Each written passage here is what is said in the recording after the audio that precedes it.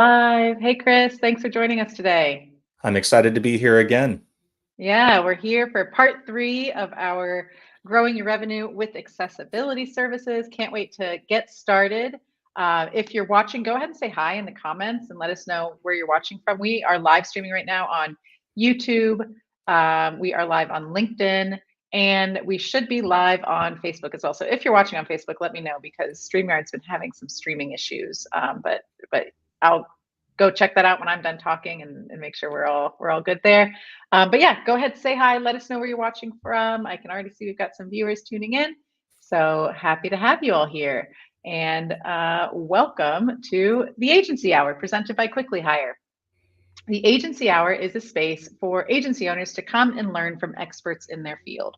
These webinars and discussions are designed to help you boost your revenue, sharpen your skills, and fuel growth in your business. And today we are joined by accessibility expert Chris Hinds, who is COO over at Equalize Digital. And we are going to be discussing accessibility and how to build a value proposition that sells accessibility. So this is part 3 of a 3-part series. In the past, we covered part 1, which was an intro to accessibility. You could check out those recordings both on LinkedIn and over on YouTube. Part 2 was about accessibility's place in the market, and Chris really dug deep into positioning accessibility for various verticals and different types of businesses. And it was really, really helpful. So I definitely recommend, if you didn't catch either of those, go back and watch them. I'll put some links in the comments in just a bit. And again, we are here for part 3 on building a value proposition that sells accessibility. But first, Quickly Hire is the fastest way to add vetted freelancers to your team. At Quickly Hire, we understand the importance of assembling top-tier talent for your business. So whether you need a developer, a content marketer, designer, virtual assistant, any other technical or creative professional, we've got you covered. We recently have added some truly talented SEO specialists, PPC experts, and social media managers. So if you're in need of bringing any of that kind of talent onto your team, reach out. We'd love to talk about it and get you matched up. Our platform connects you with highly vetted freelancers who match your budget and requirements, ensuring you find the perfect fit for your team. And our freelancers work with you for a set number of hours weekly, and you pay a set monthly retainer. It's really simple. We take care of all the compliance, all the administrative headaches, the payroll, everything there is on us, and you just get straight to work with someone who has the skills you're looking for. So reach out, and we'd love to have that conversation. So today we are joined by Equalize Digital COO Chris Hinds. Chris is a business manager with over 15 years of experience coordinating and executing complex, high budget efforts in various industries. He has been involved in WordPress and accessibility related projects since 2015, primarily from a business development and project management perspective. Equalize Digital has been involved in accessibility projects for a wide range of organizations, from small businesses to NASA. So if anyone was at WordCamp US this past year, they were part of that NASA presentation that was really cool and everybody was buzzing about. So that was really neat to see. And Chris personally has sold multiple millions of dollars in digital products and services, including more than 500K in accessibility offerings last year alone. His objective is to teach more agencies and freelancers how to sell to their customers and how to sell on accessibility, which benefits everybody. So welcome, Chris. It's great to have you back. Yeah, absolutely. It's great to be back. And if you want to pull the slides up, that's awesome. I just want to talk a little bit or speak to why we're doing this series. And this is covered a little bit in our previous episodes, but I just want to reiterate this every time. We're doing this because I genuinely want to help agencies and freelancers position and sell accessibility effectively. Each part of this series does build upon the next, and we are, of course, here at the capstone. We're here at the summit of this presentation or of this series of presentations, and you get the most out of it if you attend all 3. If you haven't attended the previous 2, please stay for this entire one and then just go back and watch the others. But I think that you will get the most out of it if you watch all 3. The reason that we want more agencies and more freelancers to engage with their customers on accessibility is because 95% of the internet is not accessible. This is a near universal problem, and there are not enough accessibility specialists out there to solve this independently. We need the freelancers, we need the agencies to get on board with this to help us make the web more accessible and also to make money while doing that. So it is a win-win-win scenario, right? It benefits your customers, it benefits society and the internet as a whole, and it benefits you. So we think that is just the best possible outcome imaginable. Part 3, what we're focusing on today is building that value proposition that sells accessibility. So we're going to start with a high-level overview of sales techniques. We're going to take a deep dive into the sales approaches that I've found personally work best when it comes to selling accessibility. And we're going to talk about which customer pain points align closely with accessibility with specific examples of each of those, and how we build case studies to highlight the importance of accessibility in overall delivery and in achieving customer outcomes. And finally, we're going to cover the power of what if and because in sales conversations. And we'll get more on that. If that phrase confuses you, we'll get into that.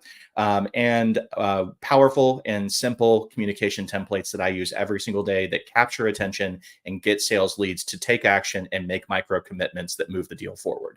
So if you've attended all 3 sessions, by the end of today, you should have every tool you need to start selling an initial accessibility offer effectively. If you're not excited, well, I don't know what to say. I'm totally excited. Let's dive in. Let's get into it. So the perfect sales technique is a myth. Why is that? Well, there are so many variables at play. There's who you're selling to, right? There's also what you're selling. And there's the level of familiarity or trust that you've built up with the prospect and the level of investment required in the context of your prospect's budget or revenue. There are sales techniques that are channel specific. So there's B2B, there's B2C, there's also product specific channels like software as a service. But I think a lot of them borrow elements from the 4 that I have listed on the slide here, which are transactional, value-based selling, provocative selling, and consultative selling. So you can see some notes about what each of these entail, but I'm just going to provide some examples of each one of these in some different contexts. So transactional selling is pretty much, it's like going to your local Starbucks and buying a coffee, right? You're tired, you need some caffeine, you want a coffee, you go buy the coffee. It's very simple. It's very straightforward. Or maybe it's a packaged online course that's a $49 one-time purchase that teaches someone something that they need to know, right? That's transactional sales. Value-based selling might look like building a custom website component that solves a specific business problem for your customer, right? Or maybe it's hiring a company to install a new sprinkler system at your house. The point of this is the solution is tailored to your specific needs, right? Like in the instance of the house, the shape of your roof line is different from the shape of every other roof line in your neighborhood. So it is a value-based, it is a customized solution based on your specific needs, right?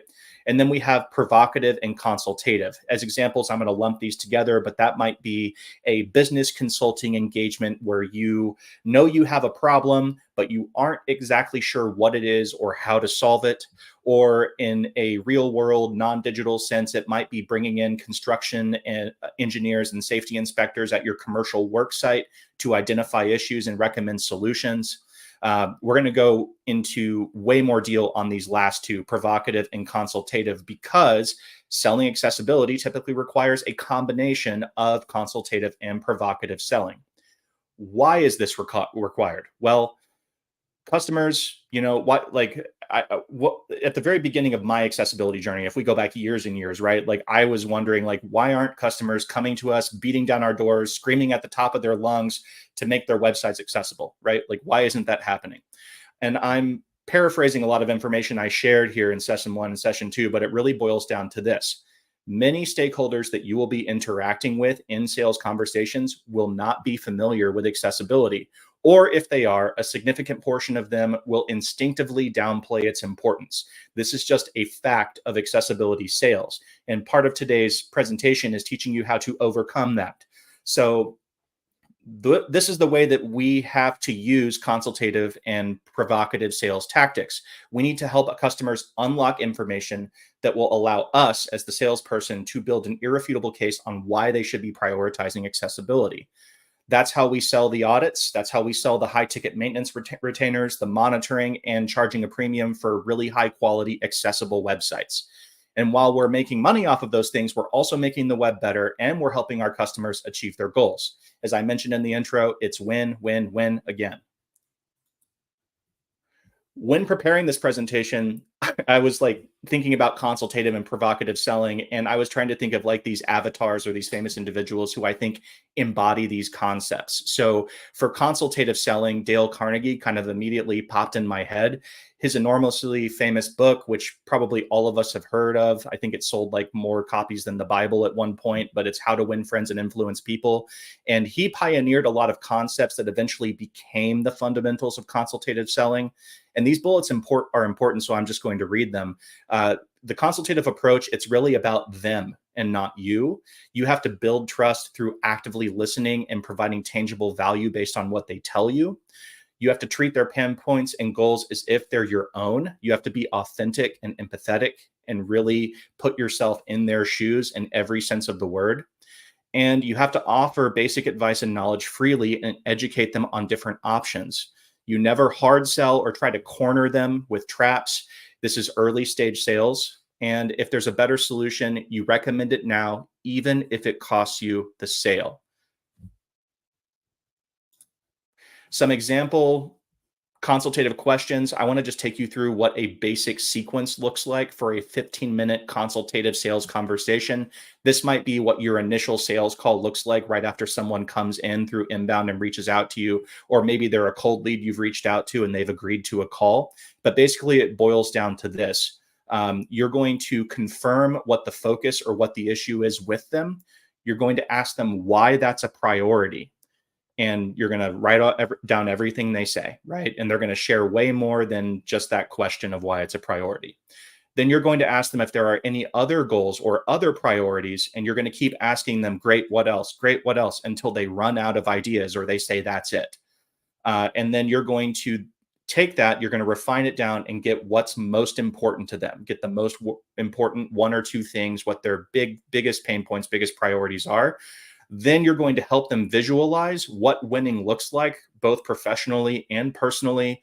And then at the very end, you recap everything and you start to get into the process of ideating and discussing custom solutions that get them to that future that they visualized for themselves.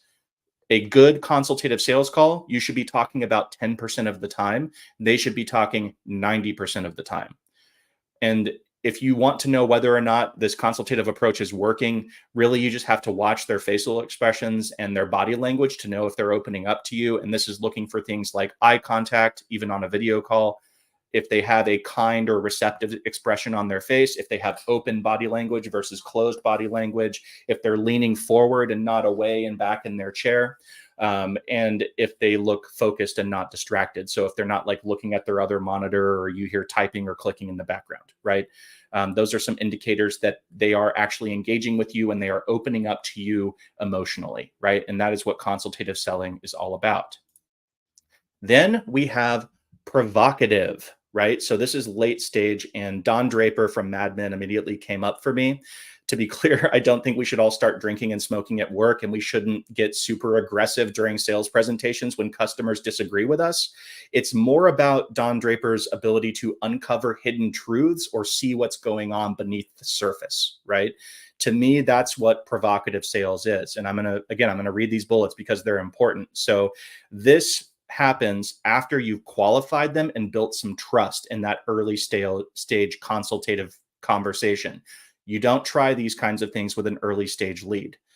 Ask direct and probing questions that uncover hidden gaps or risks. So never be aggressive, always be inquisitive, right? Always sound curious, not like you're quizzing them, but like you're just curious, right? And really, we're trying to create a sense of urgency by illustrating the consequences of not taking action, right? Or inferring that. We're showing unique value by connecting our solution to the gaps and risks that we've identified together in those provocative questions, that provocative back and forth. And we're following up promptly to maintain momentum, remembering that this is a right now problem and helping the customer remember why they have these pain points and how addressing these pain points, whatever they are, is going to help them unlock that future that they've visualized for themselves that we covered in the consultative stage of the sales process. We're going to be confident and never desperate. And believe me, this part is hard to act detached from a sale, but not disinterested. That's a very important distinction. They need you, but you don't necessarily need them, right? So they need to feel that they need your expertise, but you don't necessarily need their deal to close because you're implying or inferring, or they're inferring that there are several people in line behind them, right, that could take their place. Some example provocative questions are over here. And really the purpose of these is to uncover those hidden gaps or those hidden truths. And if you're asking like a good provocative sales question, unless the customer either just outright refuses to answer you or they lie to you, you're going to get valuable information from asking these types of questions. It's also important to note that these are just some examples. I don't know that you should just like take what's on this slide and start asking these exact questions, because your provocative questions will be different from the next person's, and theirs will be different from the following, and so on, because provocative questions are typically very carefully tailored in a way that uncovers a gap or a pain point that you specifically know that you can fill with one of your service or product offerings. So the product and service offerings will tie into these provocative questions. And the provocative questions that you might ask, as you can see with some of the examples on this slide, may or may not actually specifically mention accessibility, because this depends on who you're talking to, why they reached out, and what happened in that initial consultative conversation, right? So just to read a couple of these examples, just to give you an idea, and I'll do this in my best sales voice, but so give me an idea of what your current SEO strategy looks like. I'm interested in what keywords or metrics you're focused on and whether things feel like they're on track. Right. And so that's not really phrased like a question. It's more like a phrase or giving them instruction. But the prospect will hopefully respond with, well, we're targeting XYZ keywords. Things are totally on track. Everything's great. Here are the metrics that I'm aware of. Right. And then you know that, well, this probably isn't a pain point. But if the customer responds with something like, well, I don't really know what words we're targeting, and I don't really have any metrics, and you can be like, oh, really? That's really surprising. Would that be something that you think would be beneficial, right? To know why traffic is coming to your website, where it's coming from, and to have a strategy around that, right? And so you're uncovering a hidden pain point that someone maybe didn't know they had, and you're surfacing that up, right? Or another one, if we look at number 5 here, we can say something like, in my experience, website projects really boil down to just 3 basic factors. There's quality, there's budget, and there's timeline. Can you take me through your thinking on each one of these? And they might share some thoughts. And then once they share their thoughts, you might say, hypothetically, if you had to prioritize just one, which one would it be? Then they'll say which one, and you can say why. Why quality? Why budget, right? And this can give you a lot of insight into their thinking without them really knowing that they're just giving you everything in terms of how they're prioritizing and how they're thinking about these particular things, right? It gives you so much ammunition when you're putting your deals together later, when you're putting your case studies together for this customer and selecting which ones you want to share and how you're positioning your offer, whether it's accessibility or accessibility like bundled with a bunch of other things. It really, really helps to have some of these provocative questions in your back pocket. So when customers say things, we really have to take our thinking a step further and ask, could accessibility meaningfully enhance the outcome around this need? So when we're asking these provocative questions, or when customers are telling us what their goals are earlier in the sales process, if they're saying things like, my website's following SEO best practices and I have tons of evergreen content, but I'm not ranking well.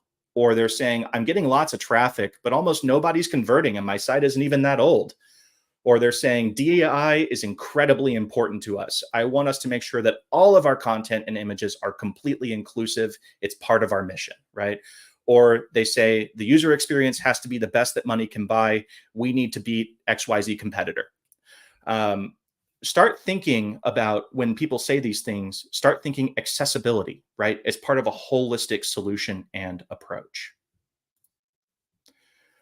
Developing that ear for unstated accessibility needs, right? They haven't explicitly said accessibility. We have to read between the lines and think critically. So people don't know they need accessibility most of the time, and many don't know what it is because it's invisible, as we've established in previous episodes of this series, because it's invisible to 80% or more of the population. They don't use these features in a way that's readily apparent, right? They're not using a screen reader to read the page back to them. They're not using a keyboard to navigate, but they're still benefiting from a lot of these best practices just right under the surface, right? But accessibility done right, and this is true, it meaningfully enhances 80% or more of the outcomes of a project. Code quality and efficiency, search engine performance, conversion optimization, design and UI enhancements, and more. When we sell accessibility as a component that's part of a holistic solutions to our customers, we can do that without actually ever saying the word accessibility, if that's necessary, right? Obviously, if they ask for accessibility verbatim, then you're selling them on accessibility and saying the word. But when you bring up accessibility to a person who hasn't been educated thoroughly on the topic, their knee-jerk reactions, and I've heard these a million times, if I've heard them once, is something like, this is only something that's for disabled people, or it will not impact me or my bottom line at all, or accessibility really exists in a vacuum and doesn't have anything to do with my priorities. These are their knee-jerk reactions. Again, I've heard them a million times, but they need to understand where and how these best practices are part of that bigger solution that gets them to their goals. And we can really only do that if we frame accessibility in the context of all of that information that we uncover in that early stage consultative and late stage provocative sales process, asking those questions, uncovering those pain points, and doing some critical thinking about how accessibility can tie into those things and improve the outcome for them overall. And if you've built trust and uncovered those hidden gaps and truths, when you tell them that they need to roll these best practices into whatever holistic solution you're offering, it will get them closer, and that it will get them closer to their goals. They're going to say yes. Of course, even if you do everything right, customers are inevitably going to push back. They push back on us, right? And having good case studies and social proof makes it far less likely that you're going to get major objections in late stage sales. So case studies really need two key components, if I'm boiling it down into its most simple form, which is you need qualitative proof that you can deliver, and you need quantitative proof that you can deliver. Qualitative proof are things like reviews, testimonials, visuals. Quantitative proof are the numbers. It's specific and measurable outcomes, graphs, charts, etc. If you can prove that you've done this before successfully, both qualitatively and quantitatively, you will override resistance very quickly. And I understand that a lot of people attending this course probably aren't offering a lot of accessibility solutions or packaging accessibility into their projects yet, keyword yet. But even if you're starting from zero with selling accessibility and can't write a full case study right now, you can even take steps to start making your own website more accessible and see what that impact is, and use yourself as the guinea pig, if nothing else. Or if you have a customer that really trusts you, you have a long-term relationship, you could get them to agree to a pilot project that focuses on accessibility at a discounted rate based on whatever offer it is that you want to make initially. And as long as they agree to share data and help you with a case study, they get that discount. So the building blocks of a basic case study that sells accessibility are as follows. What we do is we feature the primary result that we achieved up top. This primary result doesn't always explicitly have to do with accessibility. It's often accessibility is part of it, but it's also something more around the customer's business goals, right? Then we outline the problem and the proposed solution that we put together. We provide the qualitative and, if available, quantitative results of that effort. We include a quote from the customer, and we highlight accessibility as a strategic component anywhere that it is appropriate. And we add limited visuals or screenshots where those are available. So, for example, we have a case study for an accessible redesign that we did for a government agency a few years ago. And post redesign, we had quantitative data that supported that the number of unique users on this website post accessible redesign doubled from 30,000 to 60,000 a year. We also had the numbers that proved that page views more than tripled from about 180,000 to 560,000 a year. And the bounce rates dropped by 20% and session duration rocketed up by 40% in that same period. The customer ran an independent satisfaction survey on their website and the portal that we built and got a 95% positive response rate. So that was all the qualitative data that we could share in that case study. We also had, quantitative.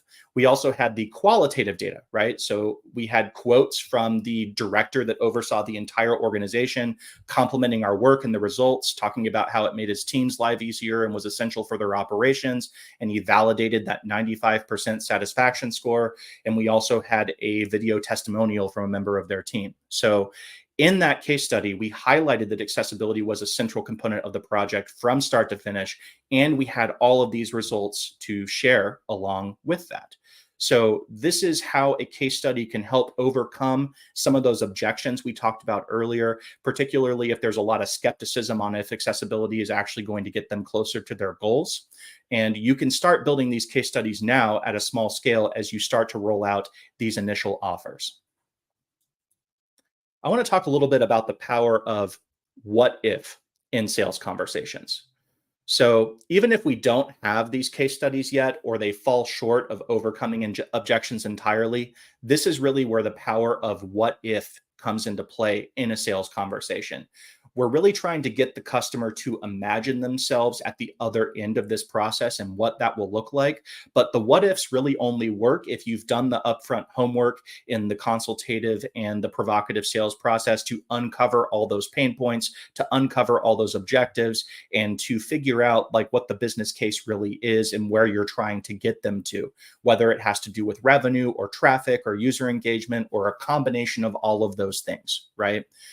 And having a what if response to an objection is probably the most powerful way to redirect the conversation back to outcomes. So, for example, I once had a customer that we went on to build a very large custom website for them that said that they were, pretty sure that their audience had, which, we know that this isn't true objectively, but their audience, they felt their audience had nobody with major disabilities in it, and that accessibility was a waste of time because their audience just didn't have those people. Now, as a person who's been educated on accessibility, I know that that couldn't be further from the truth. But I can't just tell them, well, you're wrong, right? So what we ended up doing is we just took this information that they'd already shared, which is that they have massive traffic going to their website every month. And we already knew from earlier sales conversations that their conversion rate was relatively low, maybe around 1% or slightly below. And so I simply asked, well, understanding that accessibility is going to broaden the reach of your website to people who come to it, what if by making your website more usable, those conversion numbers jumped even to 1.1 or 1.2% overnight? Right? Which is a tiny percentage compared to what the data shows the number of individuals with disabilities globally are, which is around 20% of the population. So with the numbers that they were dealing with in their context, I knew that they would think about that for a second and realize that if they if accessibility even increased their conversions, right, this what if by that 0.1 or 0.2%, that would be the equivalent of getting about 20 or 30 more conversions per day on their offerings, right? That's opt-ins, that's course purchases, etc. And so it's suddenly, because of that what if question, and because we've done our homework and we've gotten all that information, it suddenly became a no-brainer, right? So what if is incredibly powerful if you have the data already and you understand what the priorities are. So these are just some example what if questions on the slide, but your what if questions are really going to tie back to your customers' goals, the data that you have to support your position when you're selling to them, and to help them imagine, right, what is possible based on their goals and realizing their future vision. I also want to talk about the power of because in sales. And this more has to do with like reaching out to people versus in the actual conversations where we're doing sales discovery. So most people have a natural tendency to want to be helpful as long as they have a reason. To an extent, it doesn't matter that much what the reason is, as long as it's logical. But if you include because whenever you ask for that initial call or a sale or a review, you're giving them a reason to comply with whatever that ask is, with whatever that micro commitment is. And as long as the because makes logical sense, this will instantly increase the likelihood of success of whatever that small ask is.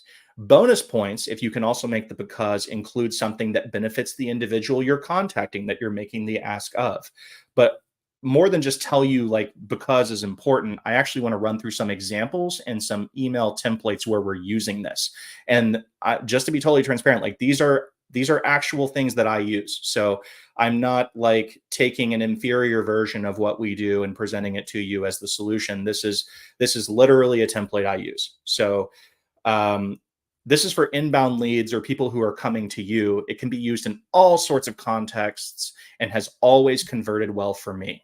So to be clear here, the goal / ask that you see in there is generally what I would call a micro commitment. So it's something like having a call or sending you more information or examples or connecting you with another stakeholder who's closer to the decision maker, right?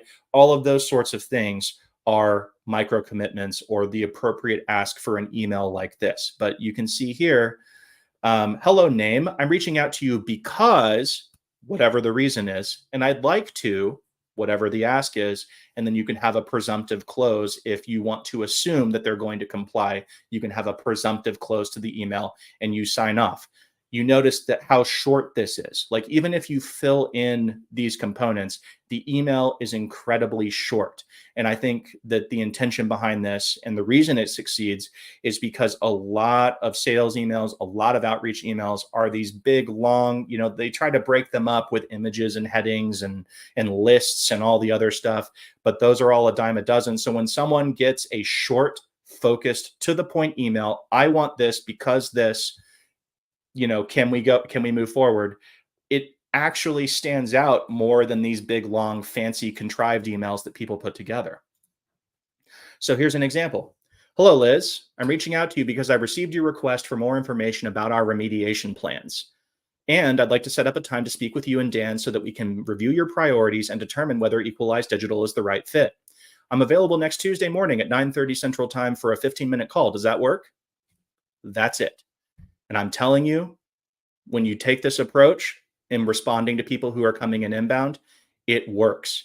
You can do versions of this for following up about proposals. You can do versions of this for being asked to connect to a different stakeholder if someone else is the decision maker on a project. You can use this kind of format for all sorts of things. And it is very malleable. It is very flexible. And I'm telling you, it works. You should try it. Here's more of an outbound focused template. So in this email, note that what we're asking for as you look through this is actually twofold. The ask is we're asking to provide them with potentially valuable information. And we're also asking them to share their expertise and experience with us in the form of feedback. This reciprocity actually closes better than just offering someone free stuff or a free presentation, free report, etc., or just asking them for a sales call, because you're respecting their expertise and it's more like an exchange of value, which people are more primed to do. Again, if we go back to because, people want to feel helpful. And so if your part of your ask is them helping you, and as long as that's meaningful, right, and logical, then you are more likely to get a positive response. So in this instance, it's hello name. You might remember, and then you can say whatever way you're connected to them and why that's relevant. And so if this is a person you met at an event, you connected with them on social media, you've been commenting back and forth in Twitter conversations, whatever it is, right? And by the way, not to tangent too much, but these templates can easily be adapted to social media outreach too, if that's your jam. I'm generally doing email, but you can do whatever works for you in your pipeline. So you might remember, and then you say why you're connected and why that's relevant. Your company name is keenly interested in, and then describe specific result you create for, and then this is important, you describe exactly who they are. And then you say, I'm reaching out because, right? I'd like to demonstrate how we, and then you put in your primary value proposition and get your honest feedback of how helpful this is for, and then you describe what their role is. And then you can have an optional presumptive close before you sign off. Let's go through an example. Hello, Liz. You might remember that we met at South by Southwest VIP event a few weeks ago, and you mentioned that your department was trying to manage accessibility better. Equalize Digital is keenly interested in enhancing accessibility outcomes for large web publishers who use WordPress CMS and who already have established content governance policies. I'm reaching out because I'd like to demonstrate how we can implement better controls for accessibility within current workflows and get your honest feedback about how helpful this is for someone who leads a technology team in the publisher space. Here's my booking link. Simply grab a time that's convenient for you. And her answer was yes. I want to talk just briefly about my general process for early sales. The very first thing, and there's this thing in sales that's called the law of familiarity, which basically means the more familiar someone is with you or your company, at least loosely, like they've seen your name come up, they've seen your brand come up, the more likely you are to be successful in gaining micro commitments or gaining their attention. So my first step is always to build familiarity.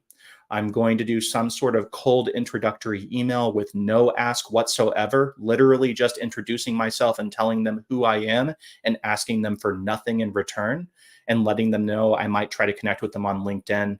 And then I engage with them on social and I try to share useful information without feeling spammy. It's all about building familiarity. It's all about providing value.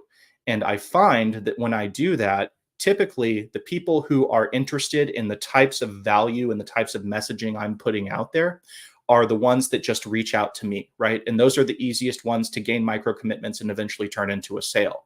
The ones that are more challenging are the ones that don't super engage. So you can wait for them to reach out, but you also will probably need to proactively reach out, particularly to higher level decision makers or people at large companies who are responsible for large budgets, because they're getting hammered all the time by salespeople for all sorts of things. And so they're automatically on the defensive. That's why I find that building this familiarity and just sharing value really helps lower their guard a little bit. Not that I'm trying to be sneaky or trying to like convince them to do something that's not in their interest, because as we've established, accessibility is really in everyone's interest. It's just a matter of what the approach is and whether it's going to fulfill other business goals that we can tie to it. Right. But really what I'm trying to do is I'm trying to just lower their guards so that they will let me in so that we can just have a conversation, right? A real conversation.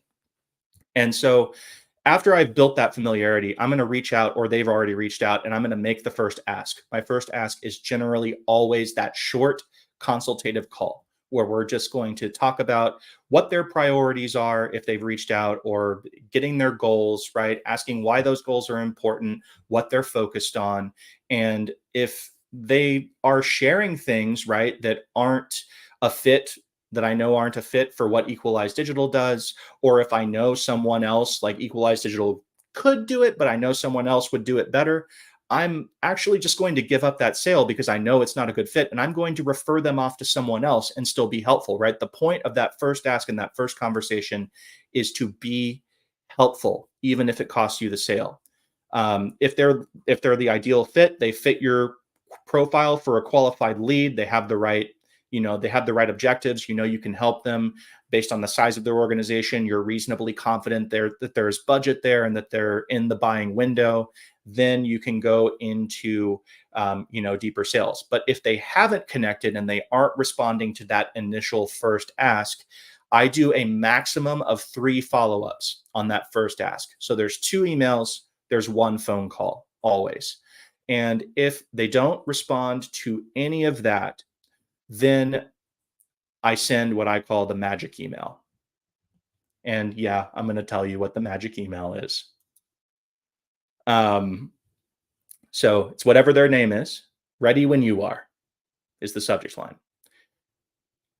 Name, comma. Important is not say hi or hello here, just their name, comma. Very direct. Since we never got in touch, I can only assume this is no longer a priority. If anything changes, I'd be happy to pick this conversation back up. Please send me a note or give me a call at phone number. Sign off. Very short, very direct. Notice that we did not name what is no longer a priority. This is going to make them curious. They will go back and they will look at the previous emails. And I just recently went back and looked at several of these, and I've noticed an interesting trend just recently that I hadn't noticed before until preparing for this, that more often than not, I'm actually getting a response on an email I sent earlier because they actually bothered to go back and read it after they got this email. So this magic email has reawoken or gotten to take action more, early stage leads than I can count. It really, truly will make a huge difference if you're dealing with someone who's unresponsive. And I give it to you happily. And I hope that it helps you move things forward. So we're a little shorter today than previous sessions, but if you attended all 3 sessions, you have the approach, what approach you're going to take. You have what your offer will be, and you now have the fundamental building blocks to start selling it. So the homework is simple. Go sell accessibility. I really want to thank everyone who's attended this series. So a little bit about Equalize Digital. We're a mission-driven organization. We specialize in WordPress accessibility products and consulting. Our mission is to be a catalyst for positive change on the web and in how we do business for ourselves, for our employees, and for everyone.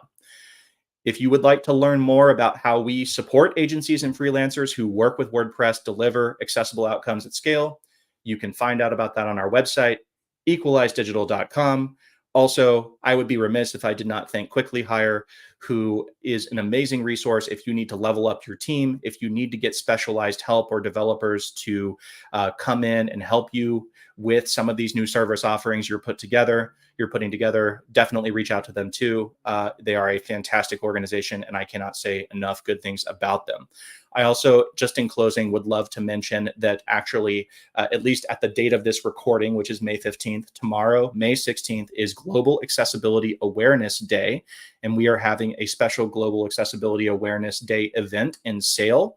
And you can find out more about that on the events page on the Equalize Digital website. We're going to have a really fun event where we're gathering a bunch of theme and plugin developers together that we know have accessible solutions already that kind of together create an accessible stack of plugins and themes and add-ons, etc. They're all going to talk about what they're doing in terms of accessibility, and it's just going to be a really exciting time. And by the way, we're also running a sale on our accessibility checker software. So that is my short spiel, but I am super grateful to all of you for being here.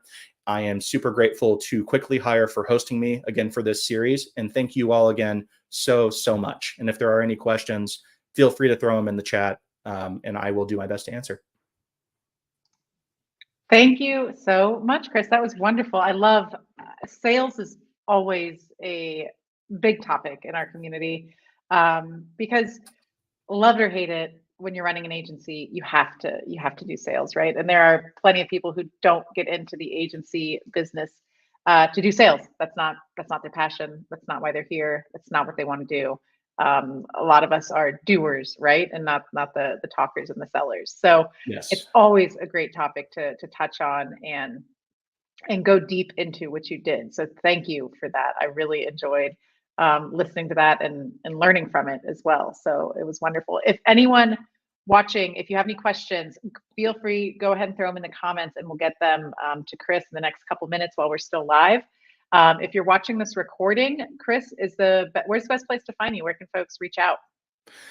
So if you would like to send me an email with any of your follow-up questions about sales, I'm honestly happy to answer those and help, because again, I really want agencies to be able to succeed with this and freelancers to be able to succeed with this.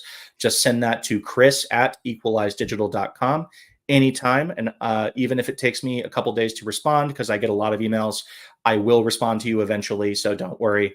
And I've actually heard from some people who have taken the previous courses who are now reaching out to me, and we're working together to refine their offerings. Shout out to Lauren if you're watching. But I'm really excited to help and be of service however I can. As you see right here on the slide, our mission is to make the web more accessible.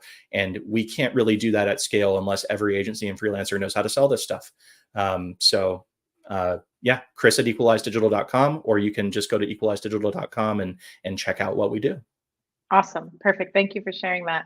And yeah, it was funny. Chris and I were talking just prior to going live today about, how often accessibility comes up at Quickly Hire and with what we do. And I was talking about that when I meet with our accounts team, it comes up pretty often. A lot of agency owners out there, I'm sure the ones watching, especially if you all have had calls with Colby or someone on our team and asked specifically for developers who put accessibility first and who follow accessibility best practices. It is a top topic in our community, and it's something that we have made our developers well aware of, that hey, if you're not doing this, this is what people are asking for, this is what people need, and we share these webinars with them as well. So it's important. It all starts with us, as Chris has said. So I'm so grateful, Chris, for you, your time, your generosity of knowledge that you've shared with us over the course of this series. So thank you so much. And I'm not seeing any questions come in. So folks, if you're watching this as a recording, reach out to Chris at equalizedigital.com. You can find him over there. Tomorrow is Global Accessibility Awareness Day. I put the link in the comments to check out the events that Chris and his team are putting on over there in collaboration with other folks, I'm sure, as well. They always do really great stuff on Global Accessibility Awareness Day and year round. So definitely go check that out. And Chris, thank you so much for your time and all of your knowledge and all of the stuff you've shared with us. It's been fantastic, and I look forward to seeing how these recordings go on to impact folks as well ongoing. Absolutely. It's been an absolute pleasure. Thanks, Emily, and thank you, Quickly Hire. Yep. Thank you so much. And thanks everyone for tuning in. We will see you at the next one. If you haven't subscribed to Quickly Hire on our YouTube channel and you're watching over there, go ahead and hit that subscribe button. And we will be doing more agency hours with other topics, and I'm sure we will be touching on accessibility again in the not too distant future as well, because we agree with Chris, it is important. So hit that subscribe button and we'll see you at a future agency hour event. Thank you so much.